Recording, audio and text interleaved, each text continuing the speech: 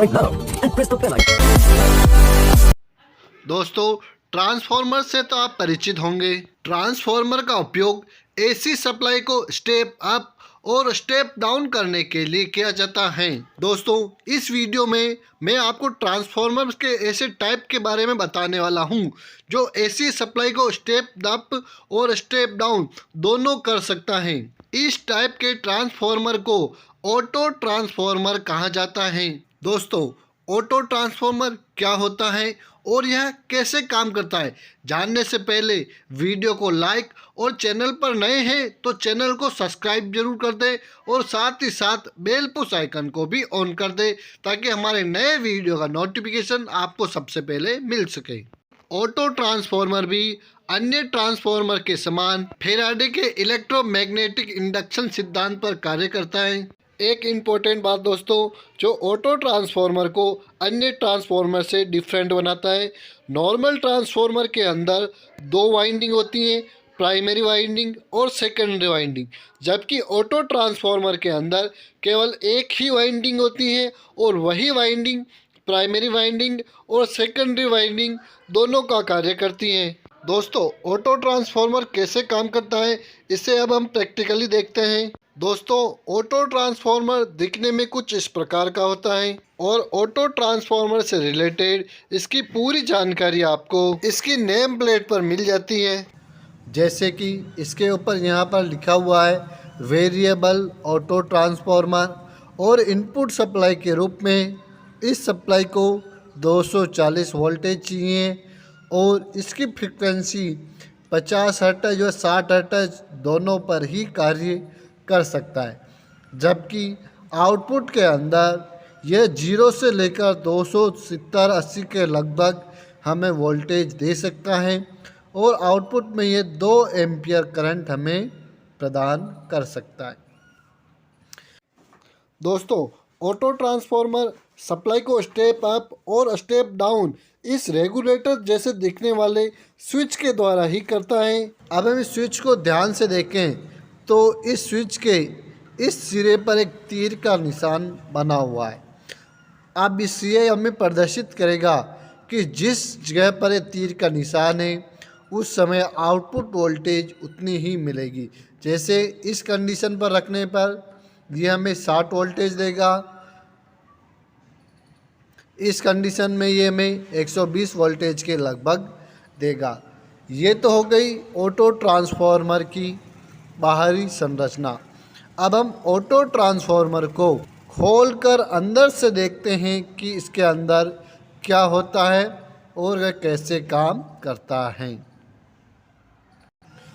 Auto transformer के cover को खोलने के बाद हमें अंदर से ऑटो ट्रांसफार्मर कुछ इस प्रकार से दिखाई दे रहा है। इसमें हमें एक वाइंडिंग दिखाई दे रही है। जैसा कि पहले बताया था, ऑटो ट्रांसफार्मर में केवल एक ही वाइंडिंग होती है, यही इनपुट और आउटपुट का कार्य करती है। और जो ये वाइंडिंग है यह इंसुलेटेड वाइंडिंग होती हैं ताकि आपस में टच होने पर इसमें शॉर्ट सर्किट नहीं हो।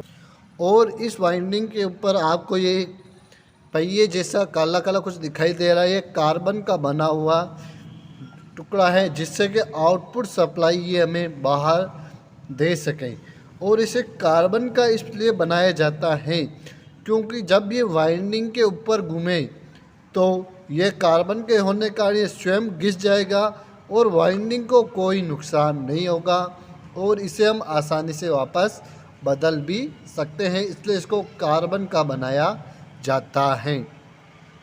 अब हम इसके कनेक्शन की बात करें तो इसे हम थोड़ा ध्यान से समझते हैं। हमें यहाँ पर 3 टर्मिनल दिखाई दे रहे हैं, टर्मिनल फर्स्ट, टर्मिनल सेकंड और टर्मिनल 3। इसी से इनपुट और आउटपुट दोनों का कार्य होगा।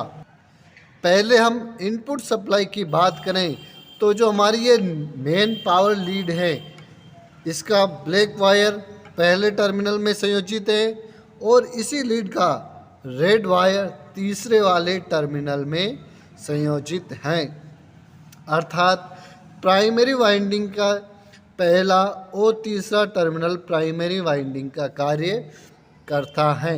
अब हम ध्यान से समझें तो अब ये सिरे इस वाइंडिंग के साथ कैसे कनेक्ट हैं वो भी हम देख लेते हैं। इस ऑटो ट्रांसफार्मर में जो इनपुट न्यूट्रल वायर था उसे वाइंडिंग के पहले सिरे के साथ जोड़ा हुआ है, जो कि आप देख पा रहे हैं, और इसका जो फेज वायर है उसे वाइंडिंग के इस ओर यहाँ पर जोड़ा हुआ है, और इस कनेक्शन से आगे भी थोड़ी सी वाइंडिंग एक्स्ट्रा दी हुई है। इस एक्स्ट्रा वाइंडिंग के कारण ही यह ट्रांसफार्मर स्टेप अप भी कर सकता है। यह तो हो गई इनपुट की बात। अब हम आउटपुट की बात करें तो जैसा मैंने पहले कहा था, इस ट्रांसफार्मर के अंदर केवल एक ही वाइंडिंग होती है, वही इनपुट का कार्य करेगी और वही आउटपुट। तो आउटपुट के लिए हमें फेज सप्लाई और न्यूट्रल सप्लाई दोनों की आवश्यकता होती है।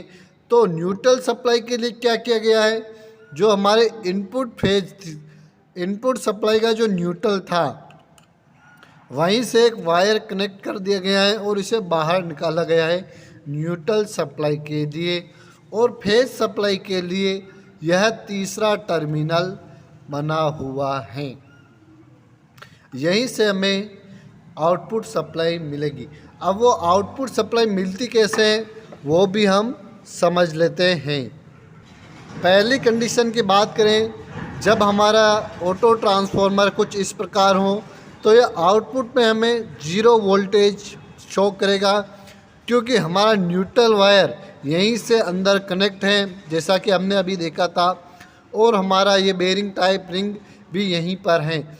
अब हम जैसे ही इसे थोड़ा आगे बढ़ाएंगे तो आउटपुट के अंदर हमें थोड़ी सी वोल्टेज सप्लाई मिलने लग जाएगी। इसका कारण क्या है, क्योंकि न्यूट्रल सप्लाई यहीं से कनेक्ट है, और अब हम यहाँ तक मतलब इतनी वाइंडिंग इस समय आउटपुट के रूप में कार्य करने लग जाएगी।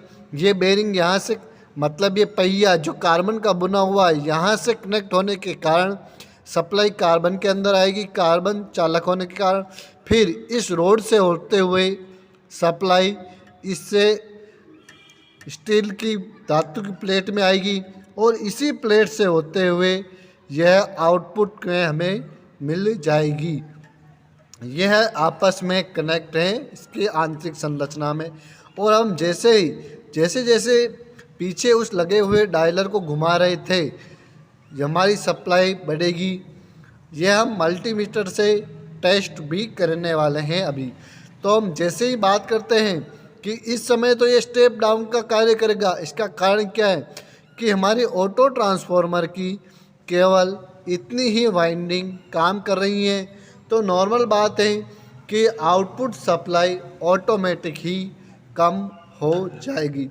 दूसरी कंडीशन की बात करें, जब इनपुट के बराबर ही आउटपुट वोल्टेज हमें मिले, उसके लिए हमारी यह कंडीशन बनेगी, क्योंकि हमारा जो प्राइमरी वाइंडिंग के अंदर फेज वायर था हमने यहाँ नीचे कनेक्ट किया हुआ है, और इसी के ऊपर हमारी ये आउटपुट सप्लाई का टर्मिनल आ चुका है, तो हमें बराबर आउटपुट सप्लाई मिलेगी।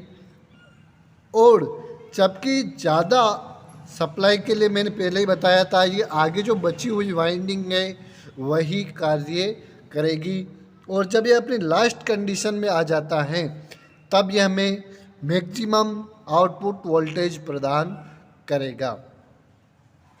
ये तो हो गई इसकी अंदर की पूरी संरचना। अब हम इसे सप्लाई देकर टेस्ट कर लेते हैं कि ये कैसे स्टेप डाउन और स्टेप अप दोनों कार्य करता है। हमने ऑटो ट्रांसफार्मर को सप्लाई से संयोजित कर दिया है, और ये हमारा इंडिकेटर ऑन हो चुका है, जो हमें प्रदर्शित कर रहा है कि ऑटो ट्रांसफार्मर सप्लाई से कनेक्ट हो चुका है। अब हमें इसे मल्टीमीटर के साथ संयोजित कर देना है। हमारा मल्टीमीटर भी ऑटो ट्रांसफार्मर के साथ कनेक्ट हो गया है। अब हम जैसे ही ऑटो ट्रांसफार्मर के इस रेगुलेटर को आगे बढ़ाते जाते हैं, मल्टीमीटर प्रदर्शित कर रहा है कि वोल्टेज का मान बढ़ रहा है। अभी ये स्टेप डाउन की तरह कार्य कर रहा है, क्योंकि नॉर्मल 230 वोल्टेज हम इनपुट के रूप में करते हैं, पर अभी ये आउटपुट में केवल 70 वोल्टेज के लगभग निकाल रहा है, अर्थात ये स्टेप डाउन की तरह कार्य कर रहा है। और हम इसे आगे बढ़ाते हैं।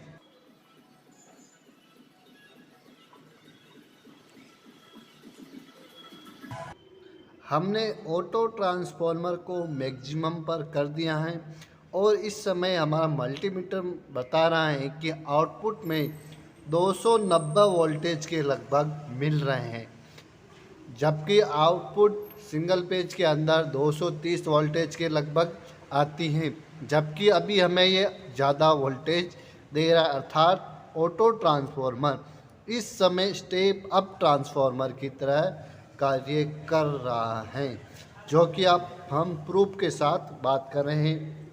यह 50 वोल्टेज के लगभग स्टेप अप अभी कर रहा है।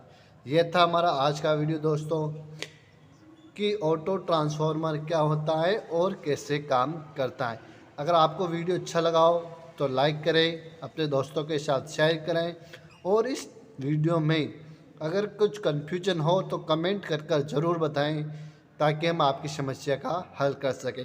और अगर चैनल पर नए हो तो चैनल को सब्सक्राइब और बेल पुश आइकन को भी ऑन कर दें, ताकि हमारे नए वीडियो का नोटिफिकेशन आपको मिल सके।